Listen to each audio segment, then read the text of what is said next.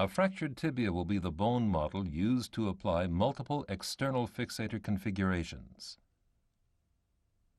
The fracture fragments are held in a reduced position in the vise.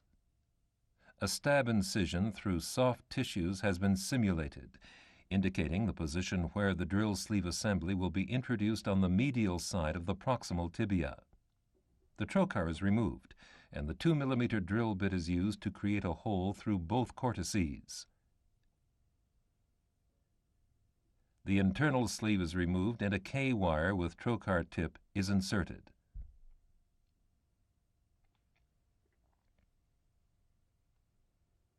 A second K-wire is placed in the distal fragment, close to the joint. In this external fixator configuration, the closed clamp shown on the left will be used.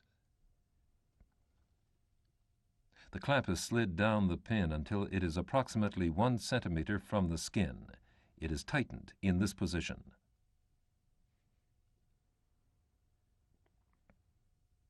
A connecting bar is inserted into the clamp.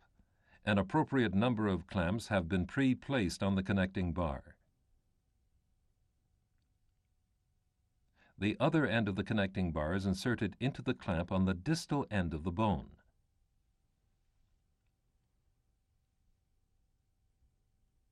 The nuts are tightened, securing the K-wire and bar in place.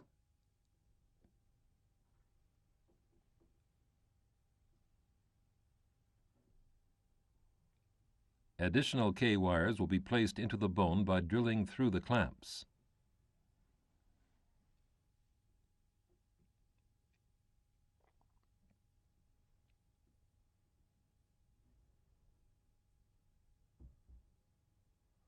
The drill sleeve assembly can be used through the clamp to aid in placing the K-wires.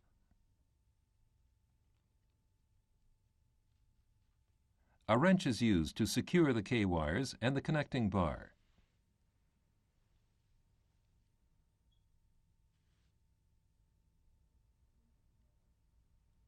A unilateral uniplane external fixator configuration has been constructed.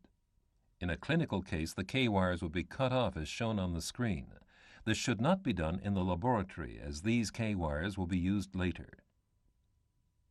To construct a bilateral uniplane configuration, start by placing fixation K-wires parallel to the joint surfaces at either end of the bone. Connecting bars have been added to the configuration, one on either side of the bone. Clamps have been pre-placed on both bars so that K-wires can be inserted. The K-wires have been added to the configuration. These K-wires are located close to the fracture line to increase stability at the fracture. At this point, the open clamp, shown on the right, may be used to add more K-wires to the connecting bars. The open clamp is attached to the connecting bar.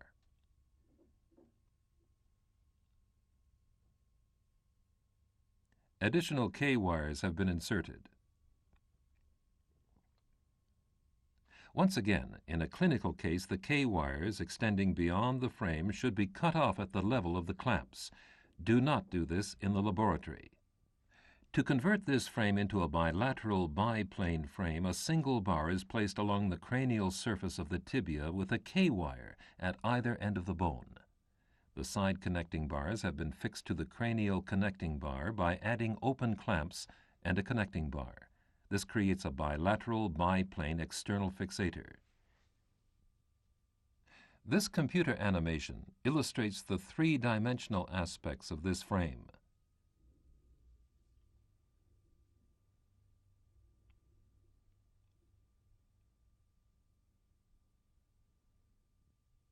The configurations that can be developed with an external fixator are limited only by our imagination.